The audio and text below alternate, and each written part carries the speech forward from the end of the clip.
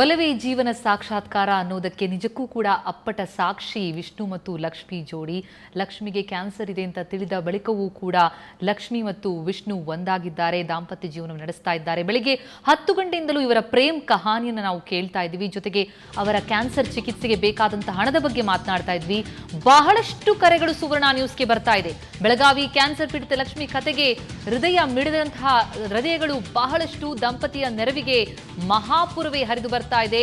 ಸುವರ್ಣ news ವರದಿ ನೋಡಿ ಕಚೇರಿಗೆ ನೂರಾರು ಮಂದಿ ಕರೆ ಮಾಡ್ತಾ ಇದ್ದಾರೆ. ನೂರಾರು ಮಂದಿ ವೈದ್ಯಕೀಯ ನೆರವಿಗೆ ಧಾವಿಸಿರುವಂತದ್ದು, ಲಕ್ಷ್ಮಿಯ ನೆರವಿಗೆ ಮುಂದಾಗಿದ್ದಾರೆ. ಚಿತ್ರರಂಗದ ಹಲವು ನಿರ್ಮಾಪಕರು ಮತ್ತು ನಿರ್ದೇಶಕರು ಕೂಡ ಆರ್ಥಿಕ ನೆರವನ್ನ ನೀಡಲಿಕ್ಕೆ ಮುಂದಾಗಿರುವಂತದ್ದು.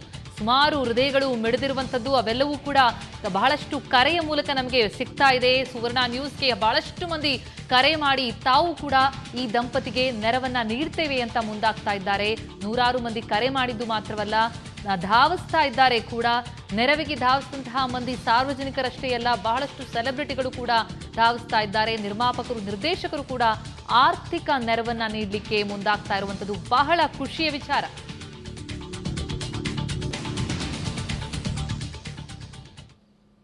ಎಸ್, ವಿಷ್ಣು ಲಕ್ಷ್ಮಿಯವ್ರನ್ನ ಮಾತಾಡ್ಸೋಣ. ವಿಷ್ಣು, ತಮ್ಮ ಈ ಒಂದು ಸಮಸ್ಯೆ ಏನಿದೆ, ಆ ಸಮಸ್ಯೆಗೆ ಸ್ಪಂದಿಸ್ತಾ ಇದ್ದಾರೆ ಕರ್ನಾಟಕದ ಜನ, ಏನಂತೀರಿ?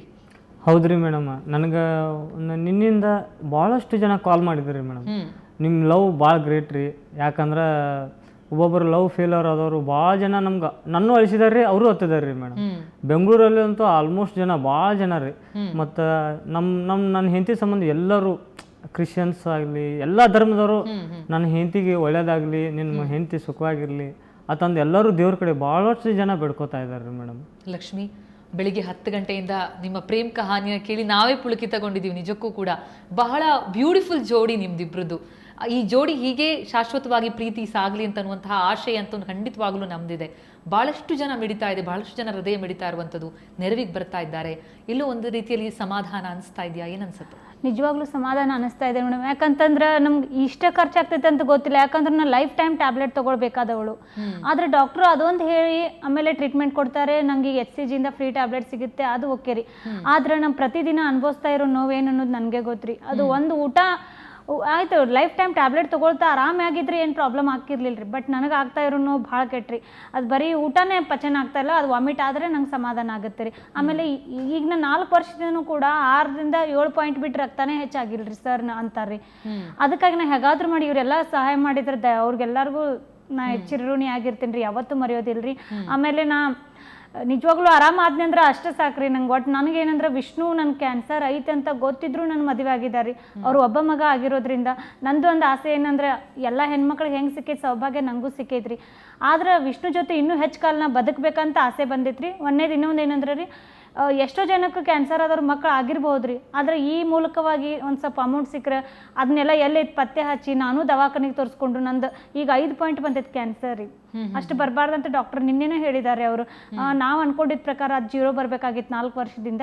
ನಾ ಯಾಕೆ ಟ್ಯಾಬ್ಲೆಟ್ ತೊಗೊಳ್ಳಿಲ್ಲ ಅಂದ್ರೆ ಮೇಡಮ್ ನಡು ಸ್ವಲ್ಪ ಗ್ಯಾಪ್ ಮಾಡೇನ್ರಿ ಸರ್. ಸುಧಾ ನಾನು ಬೈದ್ರಿ ಯಾಕೆ ಟ್ಯಾಬ್ಲೆಟ್ ಬಿಟ್ಟಿತ್ತು. ಆದ್ರೆ ನನ್ನ ಸಮಸ್ಯೆ ರೀ, ಊಟ ಮಾಡಿದ್ರೆ ಮಾತ್ರ ಆ ಟ್ಯಾಬ್ಲೆಟ್ ಕರ್ಕೊಳ್ತೈತ್ರಿ. ಇಲ್ಲ ಅಂದ್ರೆ ಅದೇನಾಗ್ತೈತ್ರಿ, ಹೊಟ್ಟೆಗೆ ಸಂಕಟ ಆಗ್ತೈತ್ರಿ, ರಾತ್ರಿ ಎಲ್ಲ ತಡ್ಕೊಳಕ್ ಆಗಂಗಿಲ್ರಿ. ಆ ಉದ್ದೇಶಕ್ಕಾಗಿ ಸ್ವಲ್ಪ ದಿನ ನಾ 2 ದಿನ ಟ್ಯಾಬ್ಲೆಟ್ ಬಿಡೋದು, ಆಮೇಲೆ ಕಂಟಿನ್ಯೂ ಮಾಡೋದು, ಈ ಥರ ಎಲ್ಲ ಸ್ವಲ್ಪ ಮಾಡಿದ್ದಕ್ಕೆ ಈಗ 5 ಪಾಯಿಂಟ್ ಬಂದೈತ್ರಿ ಸರ್ ಅಂದಾರಿ.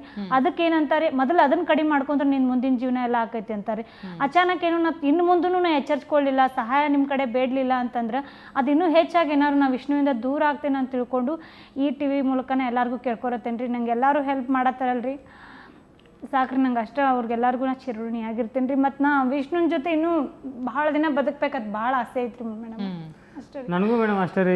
ಹೆಂಗಾರ ಮಾಡಿ ಒಟ್ಟು ಉಳಿಸ್ಕೋಬೇಕು, ಒಟ್ಟು ನಾ ಈಕಿ ಜೊತೆನೂ ಇರಬೇಕು, ನನ್ನ ಜೊತೆ ಒಟ್ಟು ಆಕಿನ ಏನೋ ಕಷ್ಟ ಬಂದರೂ ಸಾಕಬೇಕು ಅನ್ನೋದ್ರಿಂದ ಒಂದು ಹಠದಿಂದ ಮದುವೆ ಆಗೇನ್ರಿ. ಆದರೆ ಈಗ ನಮ್ಗೆ ಈ ಥರ ಪರಿಸ್ಥಿತಿ ಇರೋದ್ರಿಂದ ಆರ್ಥಿಕ ಪರಿಸ್ಥಿತಿ ಅಂತೂ ಭಾಳ ಕಟ್ಟಾಗಿ ಬಿಡ್ತೀರಿ ಮೇಡಮ್.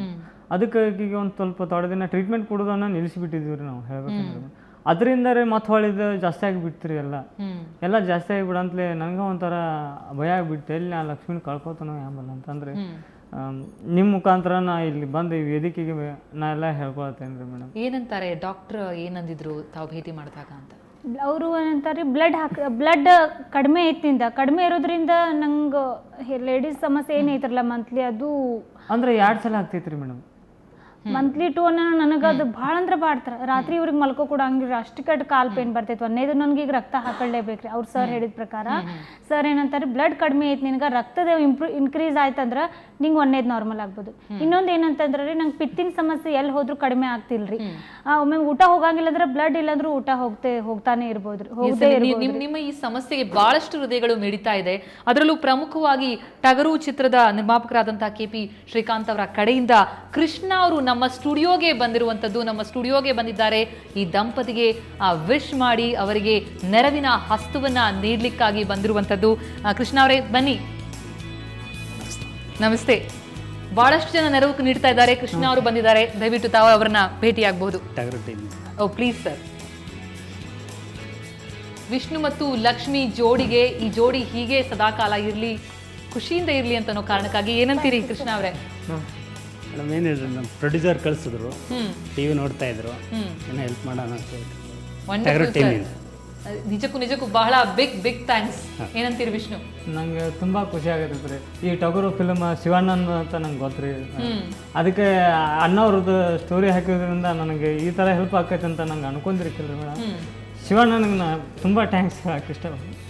ಎಸ್, ಇದು ನಿಜಕ್ಕೂ ಕೂಡ ಆರಂಭ ಅಷ್ಟೇ. ಈ ರೀತಿಯಲ್ಲಿ ಬಹಳಷ್ಟು ಜನ ನೆರವಿಗೆ ಮುಂದಾಗ್ತಾ ಇದ್ದಾರೆ.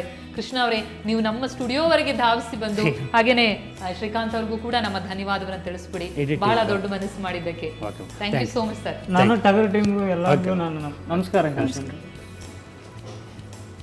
ಎಸ್ ವೀಕ್ಷಕರೇ, ನಿಜಕ್ಕೂ ಕೃಷ್ಣ ಅವ್ರಿಗೆ ಹಾಗೆ KP ಶ್ರೀಕಾಂತ್ ಅವರಿಗೆ ನಮ್ಮ ಕಡೆಯಿಂದ ಒಂದು ಬಿಗ್ ಥ್ಯಾಂಕ್ಸ್. ಈ ರೀತಿ ಹಲವಾರು ಮಂದಿ ನೆರವಿನ ಮಹಾಪೂರವನ್ನೇ ಹರಿಸ್ತಾ ಇದ್ದಾರೆ. ದಂಪತಿಗೆ ನೆರವು ನೀಡಲಿಕ್ಕೆ ನಾವು ಮುಂದಾಗ್ತೀವಿ ಅಂತ ಕರೆ ಕೂಡ ಮಾಡ್ತಾ ಇರುವಂಥದ್ದು.